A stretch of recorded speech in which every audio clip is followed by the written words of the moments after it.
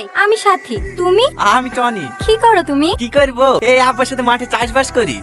ঠিকই ধরেছি, আসলেই গরিব। শপিং করার লাগি, সিনেমা দেখার লাগি বড় লোক বয়ফ্রেন্ড তো আছে, এটাকেও হাত পাশ রেখে দিই। ফোনে রিচার্জটা তো করে নেওয়া হবে। হ্যাঁ, আমাকে তুই ফোনে রিচার্জ করে নিবা? ও কই না তো, কে বললো তোমাকে? আবার শুরু করে দিয়েছি। না রে, ও এক্ষুনি মনে মনে বললো ওর বড় লোক বয়ফ্রেন্ড আছে, আমাকে হাত পাশ রাখবে। এই খাসি আবার মনের কথা শুনতে পায় নাকি? হ্যাঁ গো, শুনতে পাই। না আর হবে না, সারা তুই সারা জীবন সিঙ্গেলই থাক। এরকম মেয়ের সাথে প্রেম করতে গিয়ে সিঙ্গেল থাকাই ভালো। তোর গার্লফ্রেন্ডের মধ্যে 4টি বয়ফ্রেন্ড আছে।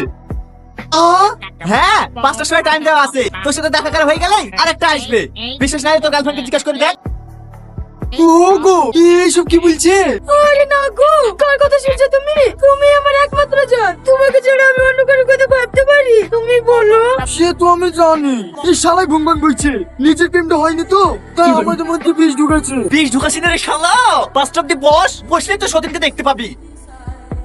বাদ দাও তো তোমার এই পাগল বন্ধুর কথা। খেলাও যা, খাবারটা খেলাম, আমাদের খাবার যেতে হবে। দেখছি পালানো লেগে আঁকাবাকি করছে। 5টা বেজে গেলে ধরা পড়ে যাবে যে। এই তুই চুপ কর তো। জান, তুমি এখানে 5টা পর্যন্ত বসে দেখে দাও তো, তোমার কোনো বয়ফ্রেন্ড নাই? তার মানে তুমি তোমার বন্ধুর কথা শুনি সত্যি সত্যি আমাকে বিশ্বাস করছো না? তুমি জানো তোমাকে আমি এতটাই ভালোবাসি, তোমার জন্য আমার জীবনটাও দিয়ে দিতে পারি, আর তুমি তোমার বন্ধুর কথা শুনি আমাকে সন্দেহ করছো। ছি ছি ছি, আমি আর এখানে এক মুহূর্ত দেখবো না। এই সাথে চ। এই ধরা পড়ে যাবে বলে নাটক করছে। ও শোনা, ওর কথা শুনে তুমি জ্ঞান না করছো। ওই শালার সাথে আমার জীবনে কথা বলবো না। তুমি 2 মিনিট বসো। ঠিক আছে বলো। আমি শুধু তোমাকে এইটুকুই বলতে চাচ্ছিলাম, তুমি 5টা অব্দি বসে এই শালার মুখে জুতোটা মারো। আচ্ছা, আমাদের ভালোবাসা কি এতটাই ঠুনকো যাত্রার কথায় ভালোবাসার প্রমাণ দিতে হবে? এই বিশ্বাসটুকু আমার প্রতি নাই। আছে, তোমার প্রতি আমার অগাধ বিশ্বাস। আমি জানি তুমি আমাকে ছাড়া অন্য কারো কথা ভাবতেই পারো না। তাহলে আমাদের ভালোবাসার সম্মান রাখতে তুমি আমাকে ছেড়ে দাও। আচ্ছা ঠিক আছে। এই শালা ফেসে গেল। এই তুই চুপ। ভালোভাবে যাও, পৌঁছে ফোন করবা। তোমার সাথে আমার অনেক কথা আছে। আচ্ছা ঠিক আছে, তুমিও ভালোভাবে যাবা। সারপ্রাইজ! এটা কে, তোমার ভাই নাকি? না, তুমি এত তাড়াতাড়ি চলে আসলে যে? তোমার তো 5টার সময় আসার কথা ছিল। অফিসটা আজকে একটু আগে ছুটি হয়ে গেছে, তার জন্য একটা সারপ্রাইজ দিলাম। তোমাকে আমি সারপ্রাইজ ভাই। ওইটা আর ভাই না, ওইটা তোমার সতীন। যাও, সতীনের সাথে একটু কোলাকুলি করে নাও। হ্যাঁ, সতীন মানে? সতীন মানে বুঝতে পারছো না? এক গার্লফ্রেন্ডের 2 বয়ফ্রেন্ড। 3 নম্বর বয়ফ্রেন্ডকে দেখতে হলে একটু ওয়েট করো, 7টার সময় আসছে।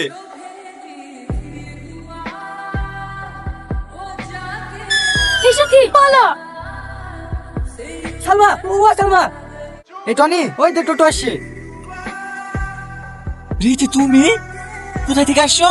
কোথা থেকে আসবে বাবা? স্বামীর বাড়ি থেকে। ওকে ডিভোর্স দিয়ে চলে আসনু। কেন গো, স্বামীকে ডিভোর্স দিলে কেন?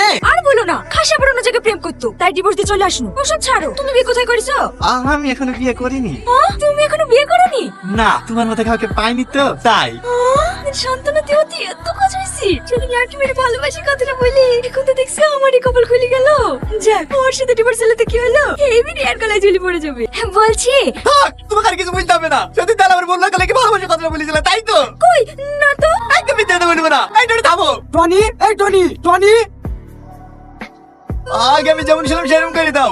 আমি যেন আর কারো মনের কথা শুনতে না পাই। কেন ভাগ্নে, মনে কথা শুনতে আর ভালো লাগছে না? না, আজ আমি রীতির মনের কথা যদি না শুনতে পেতাম, তাহলে রীতির মিথ্যে কথাগুলোকে সত্যি ভেবে অনেক সুখে থাকতাম। প্রত্যেকটা মানুষের ভিতরে কিছু গোপন কথা থাকে, সেই কথাগুলো প্রিয় মানুষগুলো না জানাই ভালো। সেগুলো জেনে গেলে পৃথিবীতে আর কেউ সুখে থাকতে পারবে না। তাই আমার শেষ ইচ্ছে, আগে আমি যেমন ছিলাম তেমনই ঠিক ছিলাম। উপরওয়ালা সৃষ্টির কোনো তুলনা হয় না, উনি যেভাবে সৃষ্টি করেছেন সেটাই ঠিক। বাকি আমাদের মনের ভাবনা, এটা হলে ভালো হতো, ওটা হলে ভালো হতো। ওকে ভাগ্নে, তোমাকে আমি আগের মতোই করে দিচ্ছি।